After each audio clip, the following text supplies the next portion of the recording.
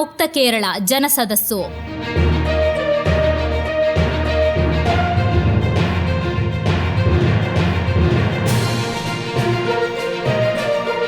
ದೇಶದಲ್ಲೇ ಪ್ರಥಮ ಬಾರಿಗೆ ಕೇರಳ ರಾಜ್ಯವು ಕಡುಬಡತನ ಮುಕ್ತ ರಾಜ್ಯವಾಗಿ ಕೇರಳ ರಾಜ್ಯ ಸರ್ಕಾರ ಘೋಷಿಸಿದ ಸಂಭ್ರಮಾಚರಣೆಯ ಭಾಗವಾಗಿ ಮೀಂಜ ಚಿಗುರುಪಾದೆ ವಾರ್ಡ್ ಮಟ್ಟದ ಕಾರ್ಯಕ್ರಮವನ್ನು ಕೇರಳ ತುಳು ಅಕಾಡೆಮಿ ಅಧ್ಯಕ್ಷ ಶ್ರೀ KR ಜಯನಂದ ಉದ್ಘಾಟಿಸಿ ಮಾತನಾಡಿದರು.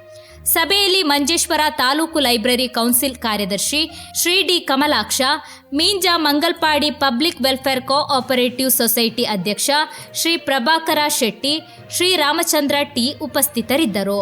ಶ್ರೀ ಉದಯ CH ಸ್ವಾಗತಿಸಿದರು.